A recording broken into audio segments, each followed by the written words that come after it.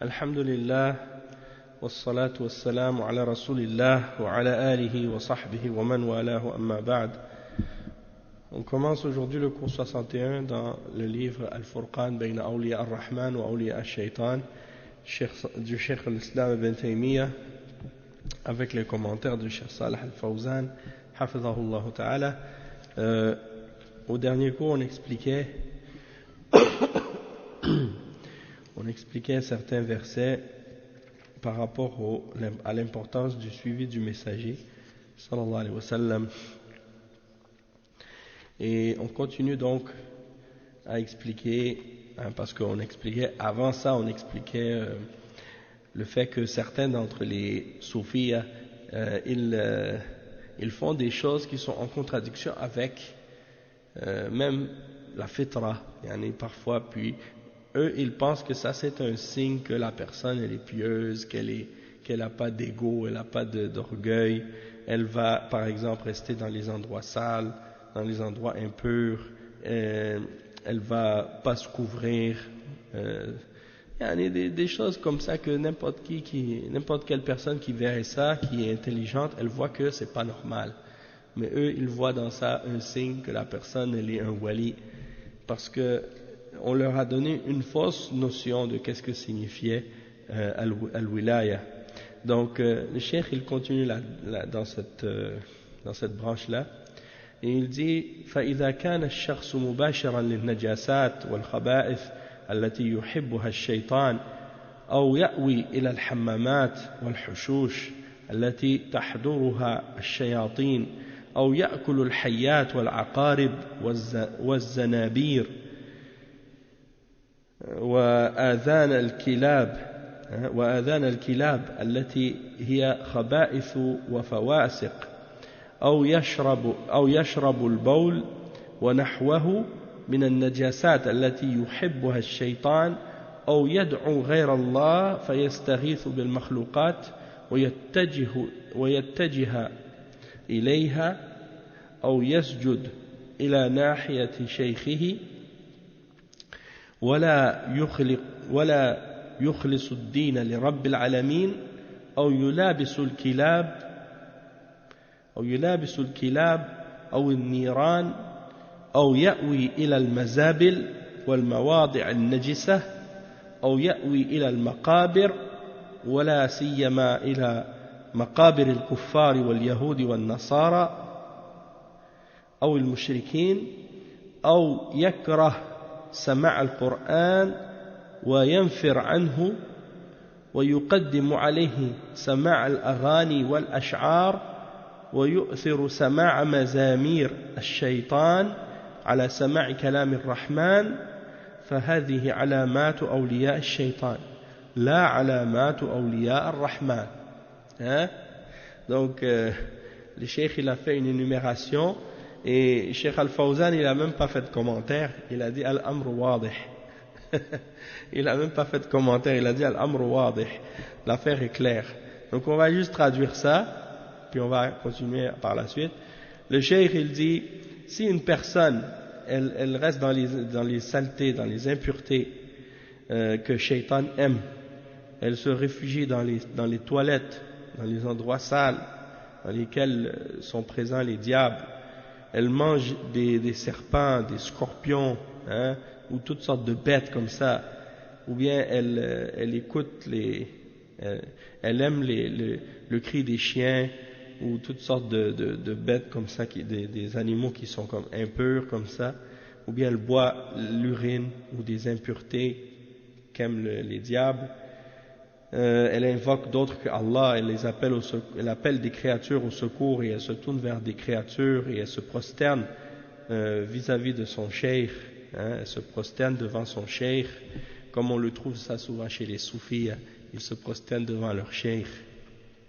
Une fois j'avais parlé avec un d'entre eux comme ça qui avait pris une photo en train de se prosterner devant son cheikh, et puis je lui ai dit mais ça c'est du shirk, qu'est-ce que tu fais? Il dit non, j'avais même posté la photo sur Twitter une fois, et il y en a un qui a répondu, il a dit mais toi tu vois pas, il est en train de faire un massage à ses pieds. J'ai dit, mais s'il fait un massage à ses pieds, est-ce qu'il a besoin de se prosterner pour faire un massage? Hein? Parce qu'on voyait clairement qu'il était en train de se prosterner. Donc, il y en a d'autres qui disent non, c'est juste qu'il se prosterne devant devant ses pieds, mais il n'est pas prosterné comme s'il il se prosterne pas au cheikh, mais juste devant ses pieds. Donc c'est juste un prétexte. En réalité, la réalité, c'est qu'ils se prosternent réellement devant leur cheikh et ils pensent que ça c'est quelque chose de correct. Et il dit, ils ne purifient pas leur adoration et leur religion pour le Seigneur des mondes. Et ils vont rester avec les chiens, ils vont, en tout cas, toutes sortes d'exemples de choses qu'ils font, rester dans les dépotoirs, les poubelles, dans les cimetières, les endroits, surtout les cimetières des koufars, des juifs et des chrétiens ou des idolâtres.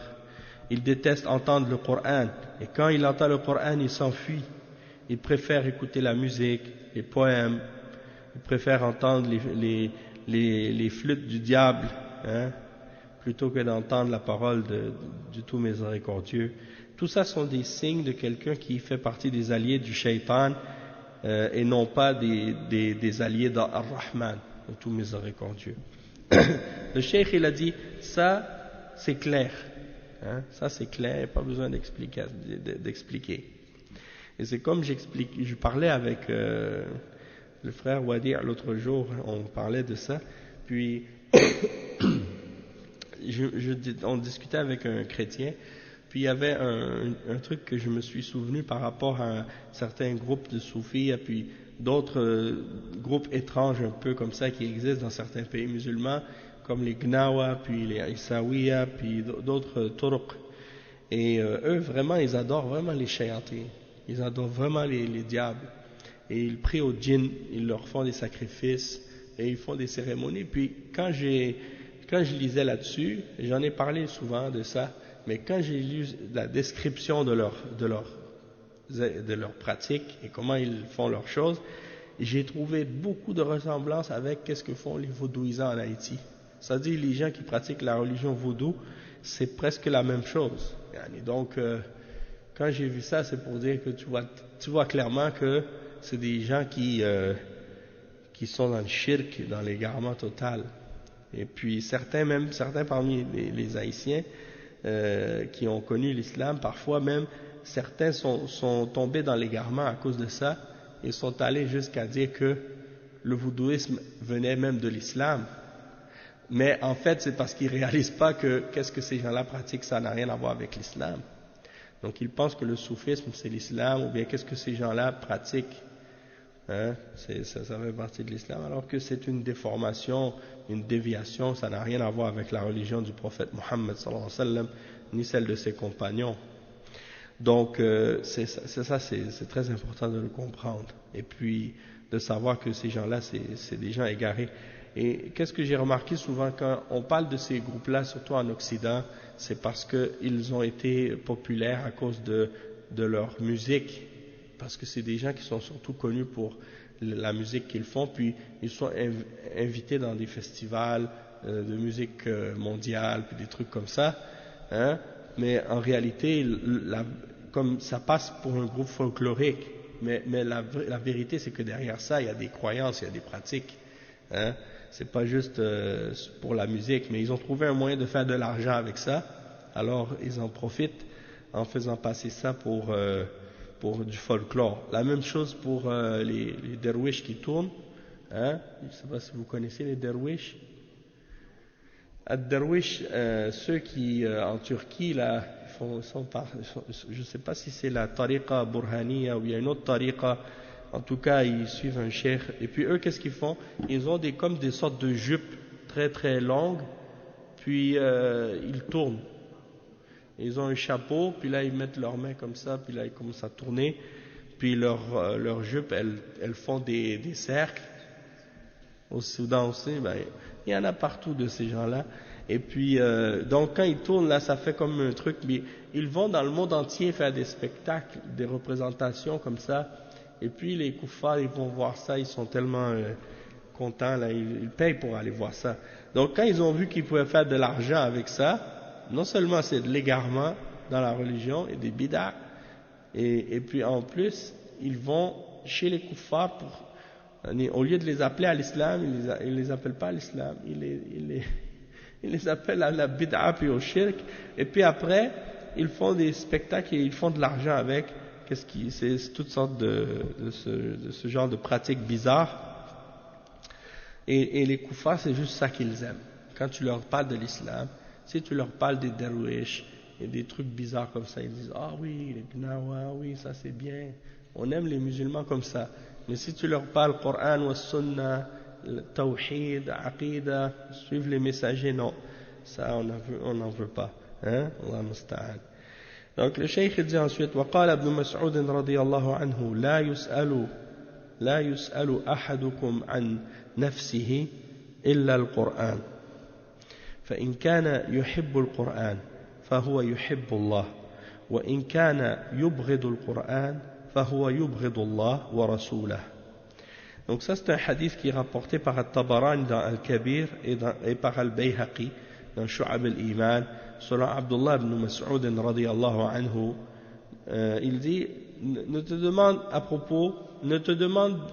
te pose pas de questions à toi-même excepté à propos du Coran. Si tu vois que tu aimes le Coran, ça veut dire que tu aimes Allah. Si tu vois que tu détestes le Coran, ça veut dire que tu détestes Allah et son messager.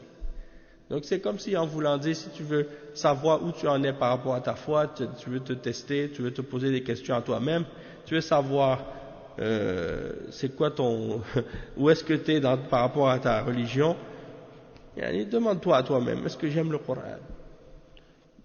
Et le cheikh il va dire des commentaires là-dessus, Cheikh Al-Fawzan. Il dit من الفرقان بين أولياء الرحمن وأولياء الشيطان من أولياء الله وأولياء الشيطان أن أولياء الله يحبون القرآن ويأنسون به ويتلونه ويتدبرونه ويتلذذون به ويتقربون إلى الله سبحانه وتعالى بتلاوته وتدبره والعمل به ولا يصدون عنه بل هم دائما مع القرآن. أما أولياء الشيطان فإنهم ينفرون من القرآن ويستبدلونه بالأغاني والأناشيد والدفوف والطبول وآلات اللهو كما هو معلوم عن الصوفية والمبتدعة أنهم منغمون أو مغرمون بالغناء وآلات اللهو. فهذا من الفوارق بين أولياء الرحمن وأولياء الشيطان. فإذا رأيت الرجل يحب القرآن ويقبل عليه ويصغي لتلاوته فاعلم أنه من أولياء الله. وإذا رأيت الرجل يعرض عن كتاب الله ولا يحبه ولا يألفه ويصد عنه فاعلم أنه من أولياء الشيطان. ولهذا يقول ابن مسعود رضي الله عنه لا يسأل أحدكم عن نفسه إلا القرآن. لا يسأل وي. Donc فإن كان يحب القرآن فهو يحب الله وإن كان يبغض القرآن فهو يبغض الله ورسوله. يعني من كان يبغض القرآن فإنه يبغض الله ورسوله. هذه علامة واضحة. Donc le hadith c'est comme j'avais traduit, je pense, ne te pose pas de questions, c'est-à-dire c'est plutôt nul ne sera questionné à propos de lui-même, excepté à propos du Coran. S'il aime le Coran, alors il aime Allah. S'il n'aime pas le Coran, alors il n'aime pas Allah et son messager. Et le cheikh il dit que ça fait partie des distinctions entre les alliés d'Allah et les alliés du shaitan. Les alliés d'Allah, ils aiment le Coran. Ils se sentent bien avec le Coran et ils le récitent et ils méditent sur sa signification et ils prennent du plaisir à le réciter, et ils se rapprochent d'Allah subhanahu wa ta'ala en le psalmodiant puis le récitant comme il faut, en réfléchissant sur ses sens et en le mettant en pratique. Ils ne vont pas obstruer les gens du chemin du Coran. Ils ne vont pas empêcher les gens de lire ou de profiter ou d'appliquer le Coran. Donc, ils sont toujours avec le Coran. Tandis que les alliés du shaitan, eh bien, eux, ils fuient du Coran. et il le remplace par des musiques, des chansons, des anashids. Qu'est-ce qu'on appelle des anashids, hein? Et les chants arabes ou des trucs comme ça. Et même ça, on en avait parlé des anashids, parce qu'il y en a qui les appellent les anashids islamiques.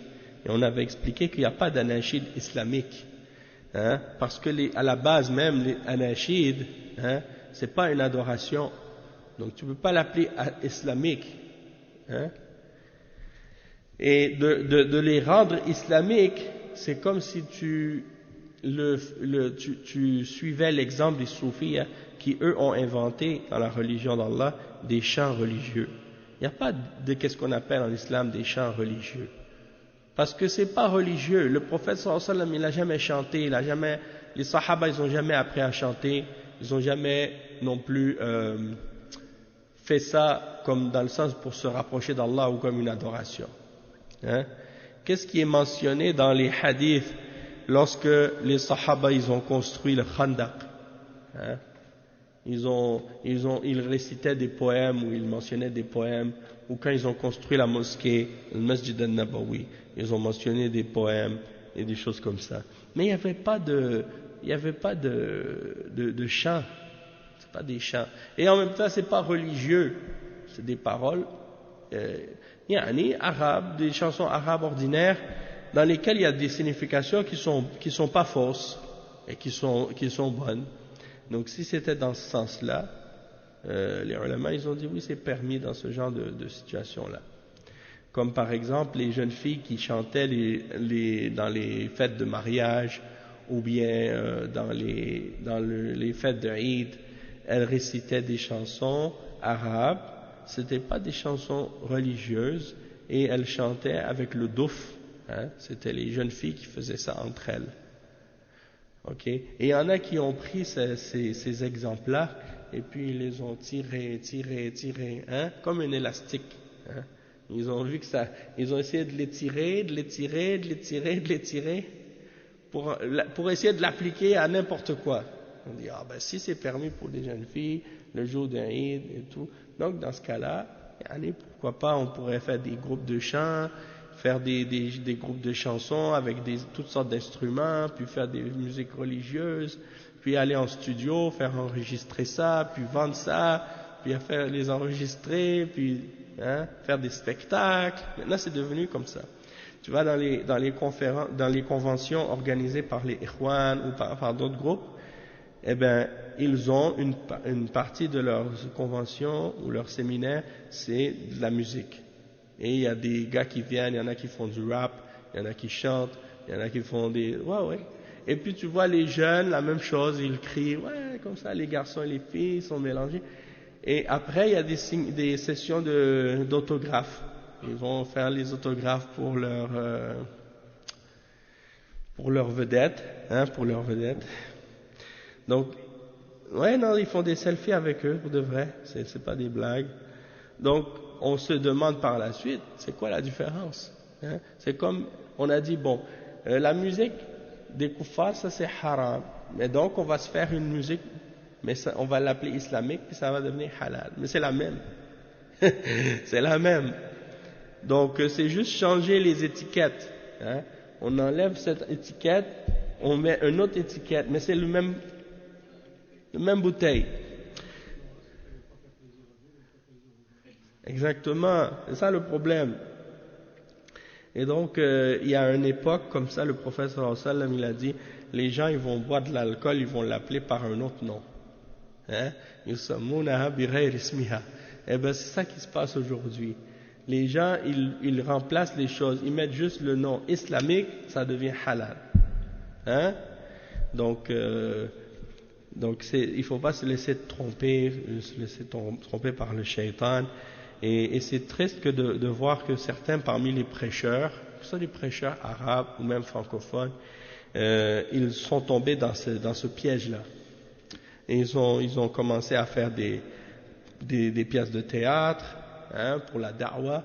On dit on veut faire da'wa, mais vu que les gens ils aiment pas trop entendre le Coran et la Sunna, on va faire des pièces de théâtre. Et donc ils jouent des rôles, hein, et ils font des pièces de théâtre devant les gens dans la mosquée. il y en a qui dans leurs vidéos commencent leur vidéo, tu entends toujours des chants au début, hein. Et donc tout ça, c'est des choses que les ulama ont condamnées, puis ils ont critiqué, ils ont mentionné que ça c'est l'imitation des kuffars, l'imitation des gens de bid'a. Mais hélas, yani, comme on dit en arabe, la hayata liman tunadi. C'est comme si tu parlais à des morts. Et Allah al-Musta'an. Le cheikh, il mentionne aussi, comme par exemple, que ces gens-là, ils préfèrent les doufouf. Ad-doufouf, c'est le pluriel du douf. Et ad-douf, je l'avais expliqué une fois, c'est comme une peau tannée sur un cerceau, comme un cylindre, un cercle. Puis il y a une peau dessus, c'est ça le douf. Ça, c'est comme je disais, permis pour les femmes le jour d'Aïd ou les jours de mariage, hein, les fêtes. Les femmes, elles tapent ça.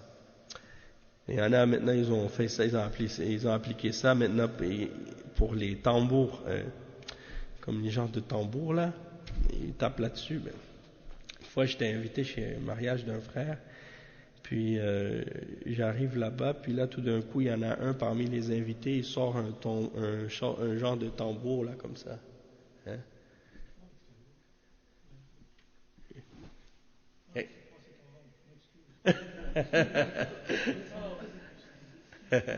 Ajib. Ouais, donc il a sorti un tambour et puis il commence à se préparer. J'ai dit, wow, qu'est-ce qui se passe? Ils m'ont dit, ben, on va faire des chants là, on va faire le tambour. J'ai dit, mais ça, c'est pas permis. J'ai dit, le douf, déjà le douf, c'est permis que pour les femmes. Ça, c'est même pas un douf. Et puis, vous n'êtes pas des femmes. Ils ont dit, non, mais tu sais, Akhi, il y en a un qui a voulu faire son faqih avec moi. Et il m'a dit, tu sais, Akhi, il y a des divergences entre les ulama. Tu sais, toute chose, quand ils veulent se permettre quelque chose, ils disent, il y a des divergences. Hein? Comme si la divergence, c'était une permission de faire ce que tu veux. Bon, alors, quand j'ai vu ça, je leur ai expliqué, je leur ai dit, non, ça c'est pas permis, c'est juste pour les femmes, les filles entre elles, elles font ça, pas pour les hommes. Et quand j'ai vu ça, je suis parti, allez, j'ai dit, si vous allez le faire quand même, j'ai dit, dans ce cas-là, moi je m'en vais. Puis là, je suis parti. Mais c'est juste pour dire, allez, les gens comme ça, ils ont, comme je disais, ils ont tiré l'élastique là. Ils l'ont étiré jusqu'au bout, comme on dit, jusqu'à ce que ça éclate. Bon, les instruments de musique. Il dit, كما هو معلوم عن الصوفية والمبتدعة. Il dit, ça c'est des choses connues chez les soufiyas, chez les gens de bid'a. Ils aiment la chanson, la musique, hein, les instruments et tout ça. Et ça fait partie des distinctions entre les alliés de Ar-Rahman et les alliés du Shaitan. Donc si un homme il aime le Coran et il se tourne vers le Coran et il écoute attentivement le Coran et sa récitation et il aime ça, alors ça c'est un signe que il fait partie des awliya d'Allah. Mais si tu vois quelqu'un qui se détourne tout le temps du livre d'Allah et qu'il ne l'aime pas, hein, il ne se sent pas bien quand on récite le Coran, il n'aime pas ça, ou il essaie d'empêcher les gens d'écouter le Coran, sache que celui-là c'est un des alliés du shaitan, et c'est pour ça que Abdullah ibn Mas'ud il a mentionné dans le hadith, ne demandez pas à propos d'une personne, hein, ça c'est une parole d'Abdullah ibn Mas'ud, c'est pas un hadith, mais c'est ça, c'est une parole d'Abdullah ibn Mas'ud. Il dit, si on vous questionne, qu'on ne questionne que, vous ne serez questionné à propos de vous-même que sur le Coran. Si tu aimes le Coran, ça veut dire que tu aimes Allah. Si tu n'aimes pas le Coran ou tu détestes le Coran, ça veut dire que tu détestes Allah et son messager. Donc ça c'est un des signes et il est clair. Après le cheikh il cite un autre exemple, il dit وقال عثمان بن عفان رضي الله عنه لو طهرت قلوبنا لما شبعت من كلام الله. Ça c'est Uthman ibn Affan radiyallahu anhu. Qu'est-ce qu'il a dit? En même temps, ça nous fait connaître, ça nous fait voir la position des salafs à propos du Coran. Uthman ibn Affan radiyallahu anhu dit, si nos cœurs avaient été purs, il ne serait jamais rassasié d'écouter le Coran. Il ne serait jamais rassasié de la parole d'Allah. Cheikh Al-Fawzan il dit Uthman ibn Affan radiyallahu anhu khalifatun rashid يقول لو طهرت قلوبنا وفي رواية لو طهرت قلوبكم ما شبعت من كلام الله ولا تمل من كلام الله بل هي دائما مرتبطة به لأنها تحبه لأن من أحب شيئا أكثر من ذكره فإذا رأيت في الإنسان مللا من القرآن أو إعراضا عن القرآن فاعلم أن قلبه فيه شيء من الخلل وعدم الطهارة. Donc le cheikh il dit Uthman ibn Affan, un des khulafa al-Rashidin radiyallahu anhu, un des successeurs bien guidés, il a dit si nos cœurs étaient purs, et dans une autre narration, si vos cœurs auraient été purs, ils n'auraient jamais été rassasiés de la parole d'Allah. Et il dit donc, ça veut dire qu'on se serait jamais lassé de la parole d'Allah, parce qu'on est toujours attaché avec le Coran, parce qu'on l'aime. Et il dit, celui qui aime quelque chose, il en parle tout le temps. Celui qui aime quelque chose, il en parle tout le temps. Donc il dit, si tu vois un homme ou une personne, il se lasse du Coran, il est ennuyé du Coran, ou bien il se détourne du Coran, alors sache que son cœur, il y a quelque chose d'impur dedans. Il y a un défaut, une défaillance ou quelque chose dedans, quelque chose d'impur dedans. Il cite ensuite une autre parole, il dit وقال ابن مسعود رضي الله عنه الذكر ينبت الإيمان في القلب كما ينبت الماء البقل والغناء ينبت النفاق في القلب كما ينبت الماء البقل. Subhanallah. Donc Abdullah ibn Mas'ud il dit que le dhikr, le rappel d'Allah, il fait pousser dans le cœur, il fait pousser la foi dans le cœur comme une plante, ou comme quelque chose, comme une al-baqlu, je pense que c'est comme l'oignon, c'est un oignon. C'est mentionné dans le verset dans Surat al-Baqarah. Donc al-baql, c'est une plante quelconque, un légume ou quelque chose. Donc il dit le dhikr, ça fait pousser la foi dans le cœur de la même manière que l'eau fait pousser ok. Donc l'important c'est que ça fait pousser la foi, c'est-à-dire que le dhikr fait pousser la foi comme l'eau fait pousser cette plante-là. C'est un exemple. C'est une, comme on dit,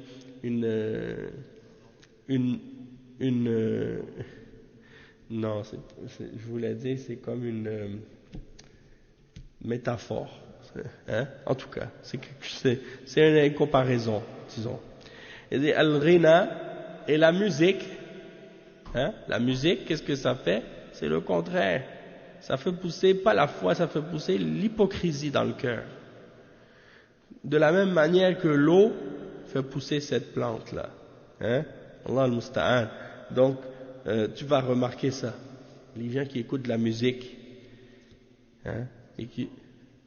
Abdullah ibn Mas'ud, radiyallahu anhu.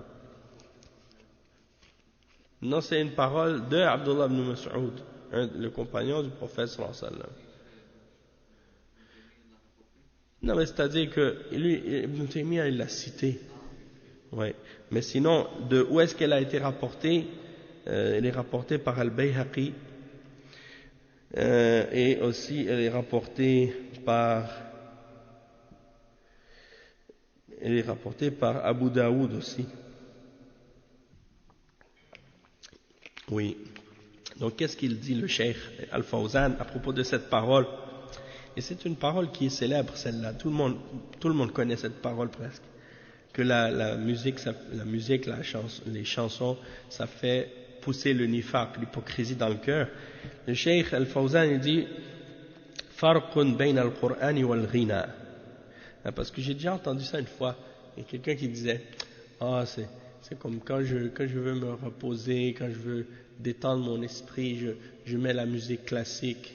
Ça me fait calmer mon âme ou je sais pas quoi. A'udhu billah. Non, mais c'est le Coran qui va calmer ton âme. Ala bi dhikrillahi tatma'innul qulub. N'est-ce pas par le rappel d'Allah, par le Coran que les cœurs s'apaisent. C'est pas par la musique. Et le cheikh il dit ici il y a une différence entre le Coran et la musique. Le Coran c'est la parole d'Allah et la musique c'est la parole des shayatin, des diables, parmi les hommes et les djinns. Souvent les ulama ils disent de la musique que c'est le Coran du shaitan. Le Coran du shaitan. Et il n'y a pas de doute que c'est le Coran du shaitan. Non, le Coran c'est la parole d'Allah, mais le Coran du shaitan c'est la musique qu'on dit que c'est la musique. Ça veut dire que c'est toutes les mauvaises choses, les mauvaises paroles, les mauvaises idées.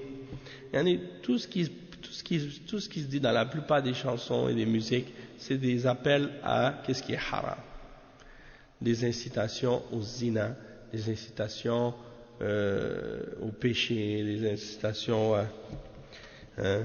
ou bien c'est des choses qui ramènent la tristesse, la mélancolie, qui ramènent des mauvais souvenirs, ou bien qui... c'est quelque chose qui distrait du rappel d'Allah et qui éloigne du rappel d'Allah.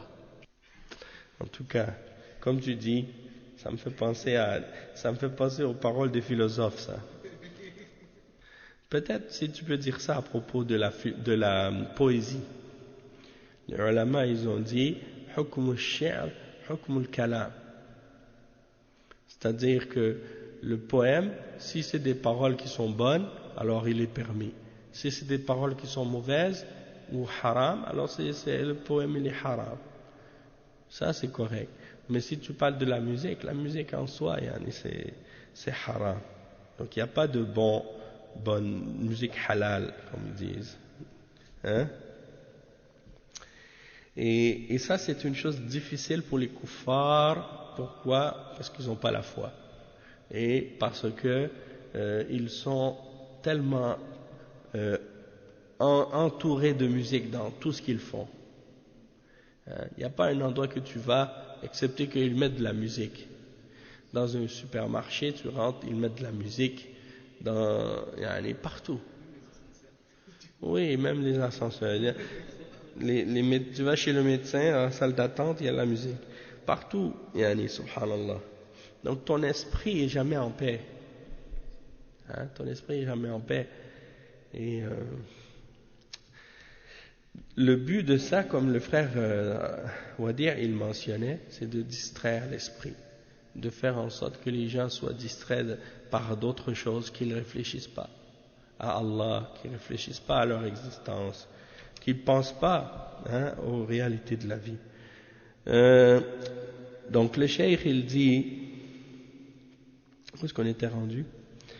نعم فرق بين كلام الله والغنى غناء نعم والغنى كلام الشياطين شياطين الإنس والجن والقرآن ينبت الذكر في القلب ومحبة الرب عز وجل كما ينبت الماء البقل وهو الخضع والزروع فإن الماء إذا نزل على الأرض أنبتت اهتزت وربت وأنبتت من كل زوج بهيج وهذا مثل القرآن مع القلوب أما الغنى فإنه ينبت النفاق هو إظهار الخير وإبطان الشر وهذا هو النفاق فالغنى ينبت النفاق وكراهية القرآن وكراهية الذكر وكراهية الدين فإذا رأيت من هو مغرم بالأغاني والمطربين فإن هذا ينبت في قلبه النفاق ويبغض القرآن ويبغض المؤمنين والنفرة من أهل الخير وهذا نبات الأغاني والمزامير وأصوات المطربين التي يميل إليها الفساق والصوفية وهم لا يتلذذون إلا بالأغاني والطرب وهو أنيسهم دائما وأبدا في السيارات وفي البيوت وفي أي مكان تجد الأغاني مصاحبة لهم إما من البث الإذاعي وإما من التسجيلات التي يصحبونها معهم فهذا علامة النفاق بغض ذكر الله وبغض الإيمان وأهل الإيمان والنفرة منهم فهذا فيه التحذير من الأغاني التي استحوذت على كثير من الناس اليوم فهم مرتبطون بمواعيدها حتى إن منهم من لا يحضر الصلاة إذا كان ذلك في وقت بث الأغاني يجلس عندها ويترك صلاة الجماعة أو يترك الصلاة في الوقت لئلا تفوته هذه الأغاني ويشجعون المغنيين والمطربين ويسمونهم أهل الفن وأهل الذوق وأهل كذا يعني ويمنحونهم الألقاب ويصورونهم الصور التي تتخذ للذكريات لا حول ولا قوة إلا بالله. Il y a beaucoup de choses qu'on peut dire sur ce sujet-là, surtout à notre époque. Le cheikh, il dit, il y a donc une grande différence entre la musique, entre le Coran et la musique, puisque le Coran c'est la parole d'Allah, tandis que la musique c'est la parole du shaitan, des shayatines, hommes et djinns. Et il dit que le Coran, il fait pousser le rappel d'Allah dans le cœur et l'amour du Seigneur, d'Allah subhanahu wa ta'ala, comme l'eau fait pousser ces genres de plantes, de légumes ou de plantes. Tandis que, donc il dit, c'est comme ça quand l'eau tombe sur la terre, elle fait pousser des plantes, et il mentionne à ce sujet-là le verset, dans Surat Al-Hajj, le verset 5, que la terre, quand elle est toute sèche et morte, eh bien, il y a de l'eau qui tombe dessus, puis là, elle commence à laisser pousser toutes sortes de couples de plantes et de végétaux. Et il dit, ça, c'est un exemple que Allah a donné pour comparer avec le cœur des êtres humains. Ça, l'exemple de la terre qui est morte, qui est séchée, quand il y a de l'eau qui tombe dessus, elle laisse pousser des plantes, c'est l'exemple du cœur quand il est mort, quand il est séché, et quand on lui met, on l'arrose avec la foi et le rappel d'Allah, et là il commence à laisser pousser la foi. Tandis que la musique, c'est le contraire, il fait pousser l'hypocrisie dans le cœur, elle laisse montrer le bien et elle laisse cacher le mal. Et il dit que la musique, elle fait pousser donc cette hypocrisie dans le cœur, cette nifaq, et la haine du Coran, la haine du rappel, la haine de la religion.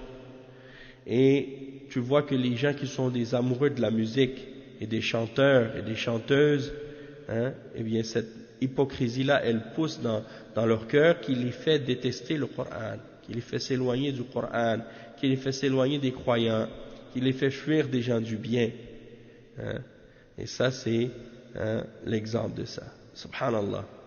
Et comme si, je sais pas, moi, étant donné que j'ai grandi dans cette société ici au Canada, bon, j'étais pas musulman dans le passé, donc j'ai grandi entouré de cette culture de la musique, tout le temps. On était tout le temps entouré de musique tout le temps, depuis l'enfance. Et donc, c'est comme pour dire que c'est des choses qui sont faciles pour nous de détester quand on devient musulman, parce que on a connu ça. Donc on voit le mal qu'il y a là-dedans. Et en même temps aussi, chez les kuffars, c'est devenu tellement introduit dans leur culture, même dans la religion et la musique. Tu vas aller chez les chrétiens, tu vas trouver qu'ils rentrent dans leurs églises, ils chantent. Ils rentrent dans leurs églises, ils chantent. Même il y en a des églises où ils dansent même. Hein? Même en bas là, quand tu descends là, à chaque fois tu les vois en train de chanter. C'est presque comme une discothèque là-bas. Tu te demandes est-ce que les gens ils vont pour prier ou pour la religion ou bien s'ils vont pas pour faire la fête. Hein?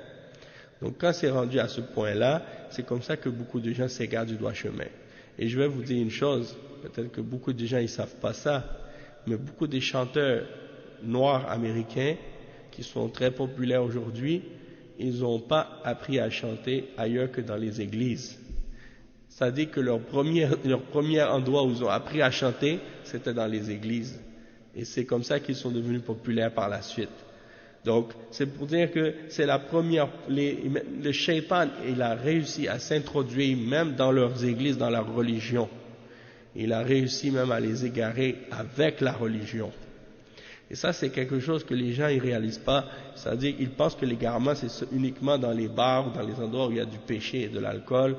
Ils ne peuvent pas s'imaginer que dans les endroits où les gens parlent de religion, ils peuvent s'égarer. Eh bien oui, hein, le shaitan, il peut t'égarer même avec la religion. Quand il te fait dévier du chemin d'Allah et des règles de la religion et le suivi du messager. Hein? Si tu sors de ces limites-là, tu tombes dans la bid'a, tu tombes dans l'égarement, tu peux t'égarer d'un égarement beaucoup plus dangereux que dans les égarements des péchés que quelqu'un peut faire. Donc il faut vraiment faire attention à ça. Et donc comme je disais, ces chanteurs-là, ils ont appris à chanter dans les églises. Eh bien parmi les musulmans, il y a des choses comme ça aussi. Et moi, je ne croyais pas à ça. Mais quand j'ai vu une des chanteuses arabes les plus connues dans le monde, je pense de l'histoire moderne, là, celle que tout le monde connaît, hein, Kulthum, ben, d'après ce que j'ai lu de son histoire, elle a appris à chanter en apprenant les règles de récitation du Coran, puis essayer d'appliquer les règles hein, de récitation du Coran à la chanson, au chant des poèmes, hein, quand ils chantent des poèmes. Et quand tu vois les techniques, parce que beaucoup de ces techniques que les qurra égyptiens utilisent sont des techniques qui sont innovées.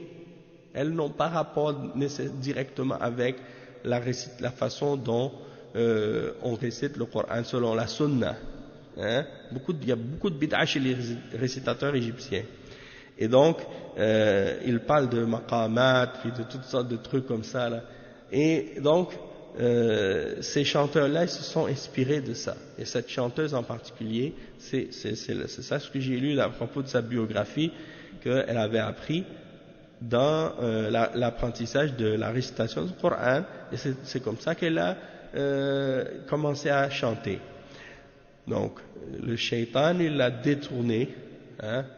Au lieu de réciter le Coran, elle a récité les poèmes et les chansons d'amour et les choses de ce genre. Donc, toutes ces chansons de ishq, de passion, d'amour charnel ou passionnel, toutes ces choses-là qui égarent les hommes et qui égarent les femmes et qui les font devenir fous. Hein?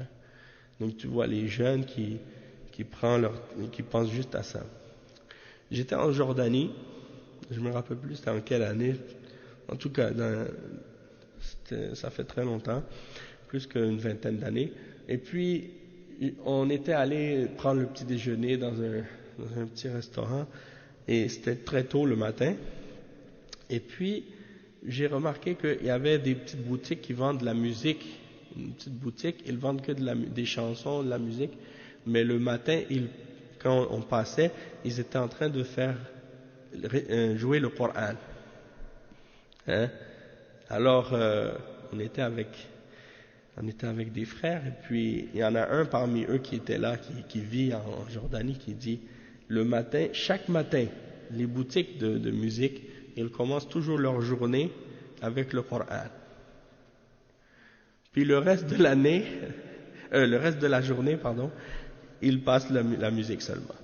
Donc c'est pour dire, pour commencer la journée en beauté, pour mettre la baraka, hein, soit disant, on va mettre le Coran. Puis après tout le reste de la journée, de la musique. Hein? Donc, tu vois, yani, Allah al-Musta'an, maintenant en plus, ils ont rajouté à la musique la vidéo. Maintenant, ils ont rajouté à l'audio des musiques, ils ont rajouté avec ça la vidéo qui va avec. Donc, quand tu vas manger dans un resto, hein, un restaurant halal, parce que tu veux pas manger dans un restaurant haram, tu veux manger dans un restaurant halal, le propriétaire il est musulman. Donc, tu dis, alhamdulillah, la nourriture elle est halal. Mais tout ce que tu entends avec tes oreilles, c'est le haram. Et qu'est-ce que tu vois avec tes yeux, c'est tout ce qui est haram. Donc tu dis, mais Allah al-Musta'an, comment on est des musulmans, puis des musulmans comme un musulman, il doit craindre Allah, il doit se rappeler d'Allah, il doit s'éloigner du haram, et puis tu vois des hommes et des femmes qui font ces chansons-là. Tu dis, mais est-ce qu'on n'a pas la honte? Est-ce qu'on n'a pas la gêne? Hein? Donc tout ça c'est le shaitan yani, qui essaie de séduire les hommes yani, et les femmes. Donc on ne va pas trop s'attarder là-dessus, mais c'est juste pour comprendre hein, Allah le danger de ça. Donc le cheikh il dit, ces gens-là quand ils rentrent dans cette musique-là, après ça, leur cœur il commence à se remplir d'hypocrisie. Commence à trouver du plaisir que dans la récitation des musiques et de la chanson et il s'éloigne par la suite du Coran. Et donc il dit ces gens-là qui aiment que la musique, ils n'ont de repos et ils ne ressentent que du bien que lorsqu'ils écoutent de la musique. Quand ils sont dans leur voiture, ils écoutent la musique. Quand ils sont dans leur maison, ils écoutent de la musique. Hein?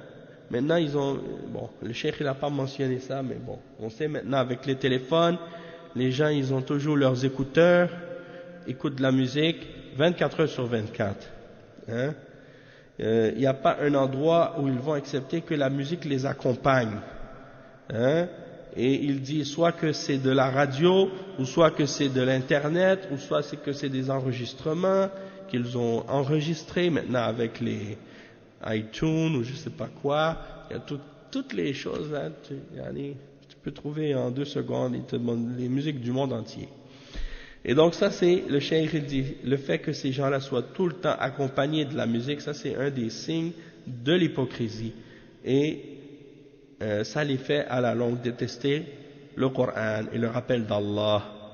Parce que tu peux pas rassembler dans le même cœur l'amour du Coran et l'amour de la musique. Ça ne peut pas aller ensemble. C'est contradictoire, il y aura un ou l'autre. Et certains des ulama, ils ont même mentionné que la musique, elle amène dans l'âme une ivresse qui est parfois plus grande que l'ivresse causée par l'alcool. Naam, ça ramène une ivresse. Eh non, ça, barakallahu fik. L'amour des chants et l'amour du Coran dans le même cœur ne peuvent pas se réunir en même temps. Hein, ça ne peut pas être possible.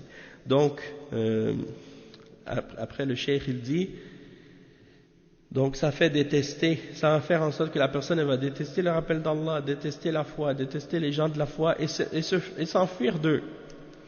Hein? Donc ils sont attachés par les rendez-vous qu'ils ont avec la musique. Hein? Jusqu'à ce que certains d'entre eux, même quand c'est l'heure de la salat, s'ils savent qu'il y a une émission de musique à telle heure, ils vont manquer la salat pour écouter cette émission. Hein? Ils vont peut-être même délaisser la salat pour écouter cette émission de musique pour pas la manquer. Et ils vont encourager les chanteurs et les chanteuses et ainsi de suite. Donc il dit, il les appelle en arabe Ahlul Fan.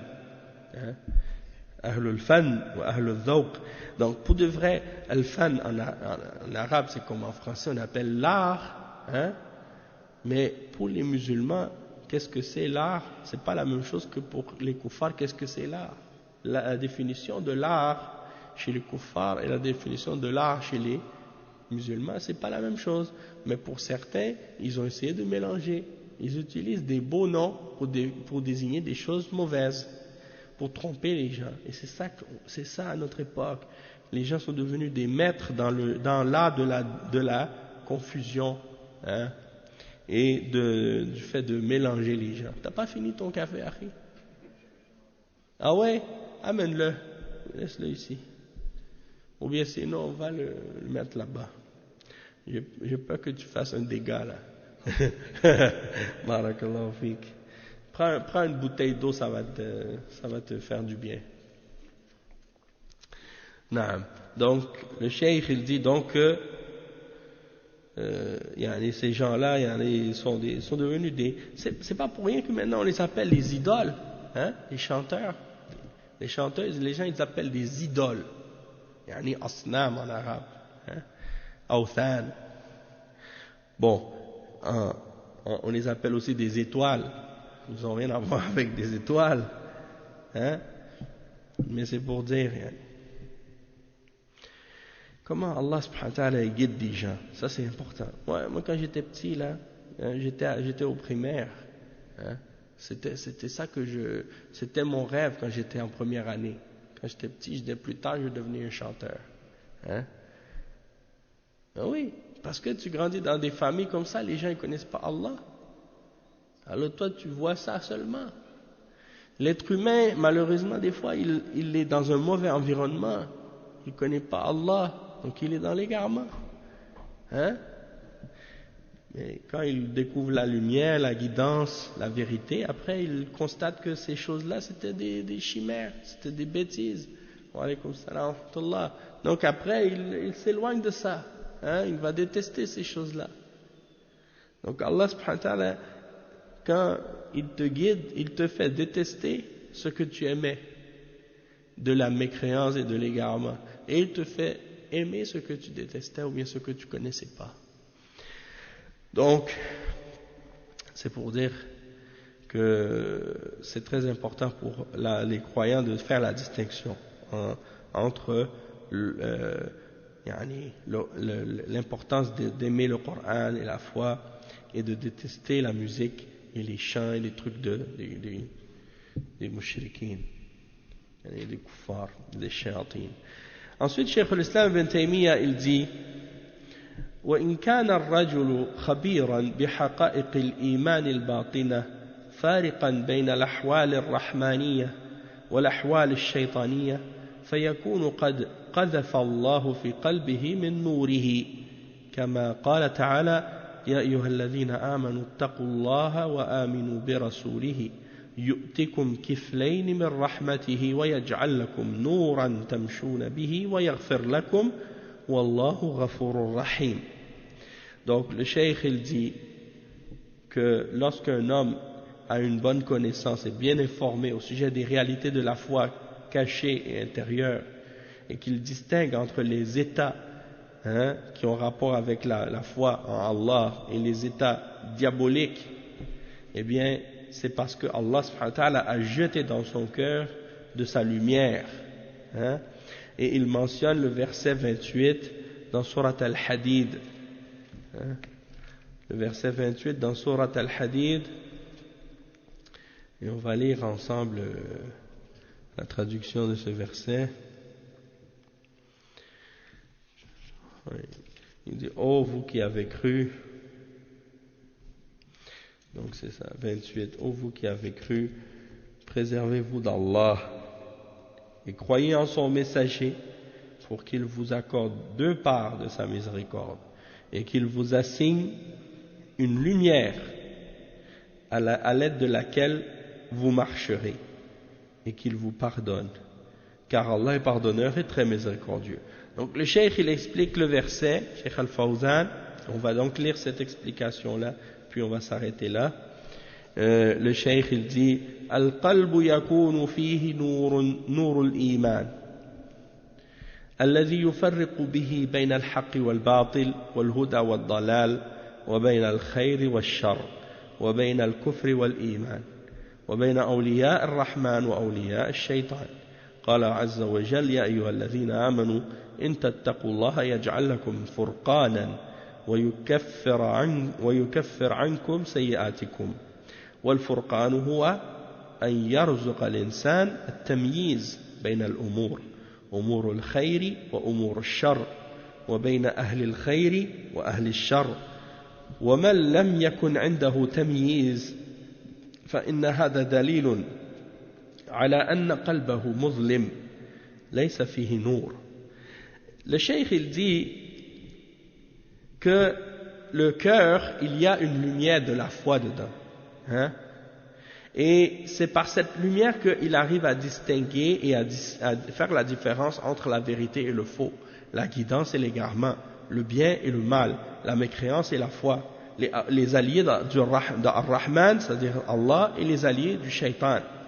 Et il mentionne le verset 29 dans Surat Al-Anfal, dans lequel Allah subhanahu wa ta'ala dit « Ô vous qui avez cru, si vous vous préservez d'Allah, il va vous donner un discernement et il va vous pardonner vos péchés. » Et le Furqan, le discernement, c'est que Allah subhanahu wa ta'ala va donner à quelqu'un, va donner à cette personne une manière de distinguer entre les choses du bien et les choses du mal, entre les gens du bien et les gens du mal. Et il aura donc un discernement, il sera capable de distinguer et de faire la différence entre les choses et entre les gens. Et il dit, tandis que si quelqu'un n'a pas de discernement, il n'a pas de distinction, il dit dans ce cas-là, ça c'est la preuve que son cœur il est obscur, son cœur est noir, son cœur est pas illuminé, il est dans la noirceur, il n'y a pas de lumière dans son cœur. Et il dit وَلِهَذَا قَالَ عَزَّ وَجَلَّ يَا أَيُّهَا الَّذِينَ آمَنُوا اتقوا الله وآمنوا برسوله يؤتكم كفلين من رحمته ويجعل لكم نورا تمشون به ويغفر لكم والله غفور رحيم. فهذه الآية خطاب لأهل الكتاب الذين آمنوا بالرسل السابقين أن يؤمنوا برسوله محمد صلى الله عليه وسلم ليحصلوا على الأجرين، أجر الإيمان بالرسل السابقين وأجر الإيمان بمحمد صلى الله عليه وسلم. هذه فائدة. والفائدة الثانية ويجعل لكم نورا تمشون به. نور القلوب هو الأصل. ما النور؟ المراد بالنور الحسي نور الشمس، المراد بالنور المراد به النور الحسي نور الشمس، نور الكهرباء، هذا نعم مفيد وطيب، ولكن ليس هذا هو المقصود. المقصود نور القلب. قد يكون الإنسان أعمى في بصره، ولكن الله نور قلبه بالإيمان والعلم. والله عز وجل قال في آية سورة الحج فإنها لا تعمى الأبصار ولكن تعمى القلوب التي في الصدور. فكم من أعمى البصر لكنه مستنير القلب بالعلم والإيمان، وكم من مبصر أعمى القلب والعياذ بالله. فالعمدة على نور القلب وعلى بصيرة القلب، فإذا اجتمعت بصيرة البصر وبصيرة القلب فهذه نعمة إلى نعمة. Donc le cheikh il explique que c'est pour ça que Allah subhanahu wa ta'ala, le cheikh il a cité le verset 28 dans Surat Al-Hadid, lorsque Allah subhanahu wa ta'ala dit ô vous qui avez cru, préservez-vous d'Allah et croyez en son messager, il vous donnera deux parts de sa miséricorde et il vous donnera une lumière dans laquelle vous marcherez et il vous pardonnera vos péchés, et Allah est pardonneur et miséricordieux. Il dit dans ce verset, Allah subhanahu wa ta'ala s'adresse aux gens du livre,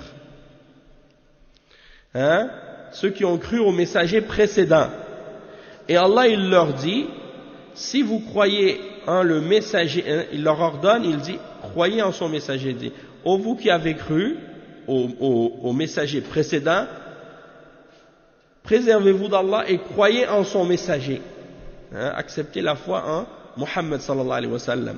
Et si vous acceptez la foi en Muhammad sallallahu alayhi wa sallam, eh bien Allah va vous donner deux fois la récompense.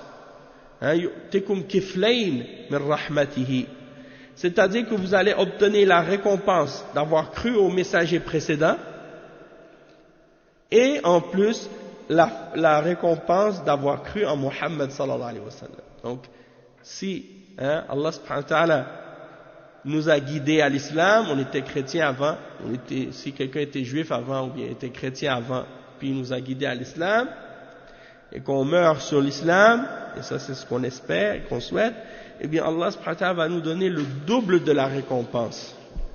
Le double de la récompense de celui qui est né musulman. Inch'Allah. Hein? Ah, vous n'êtes pas content, hein? La ilaha illallah.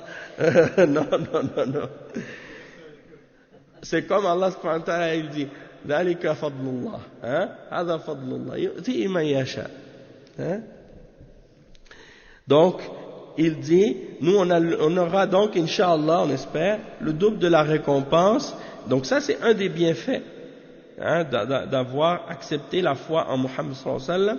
Et il dit le deuxième point, le deuxième bienfait, c'est que Allah subhanahu wa ta'ala, il nous donne une lumière dans laquelle on marche. Et il dit, ça c'est la lumière du cœur. Il dit, quand il parle de la lumière, de quelle lumière il parle? La lumière concrète qu'on connaît, la lumière du soleil, la lumière de l'électricité. Il dit ça c'est bon, c'est bénéfique, mais il dit c'est pas de cette lumière-là qu'il parle. Il dit le cheikh il parle de la lumière du cœur.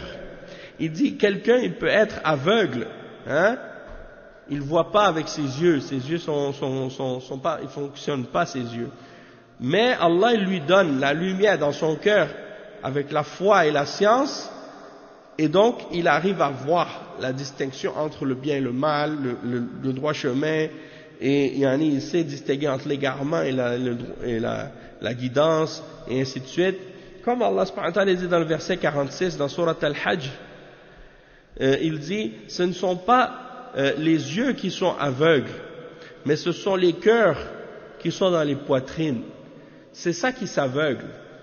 Donc, quelqu'un peut être voyant, hein, il voit avec ses yeux, mais il est aveugle. Hein? Il est aveugle, son cœur est aveugle. فإنها لا تعمى الأبصار ولكن تعمى القلوب التي في الصدور. Donc il dit combien de gens sont aveugles avec leurs yeux, mais Allah a illuminé leur cœur par la science et la foi. Et combien de gens, hein, ont des yeux et ils voient très bien avec, hein, mais ils sont aveugles leur cœur. Donc il dit la base c'est la lumière du cœur, c'est ça le plus important, de voir avec le cœur, de connaître la vérité et de suivre la vérité et d'avoir la foi. Et si les deux sont réunis, que quelqu'un il voit, il a la lumière du cœur puis en même temps il a la lumière des yeux, eh bien ça c'est une ni'ma par-dessus une autre ni'ma. Donc on va s'arrêter ici, Inch'Allah, et on continuera le prochain cours, la suite, Inch'Allah, de ce sujet. Subhanakallahumma bihamdik, ashhadu an la ilaha illa ant, astaghfiruka wa atubu ilayk, wa sallallahu wa sallam ala nabiyyina Muhammad, wa ala alihi wa sahbihi ajma'in, wassalamu alaykum wa rahmatullahi wa barakatuh.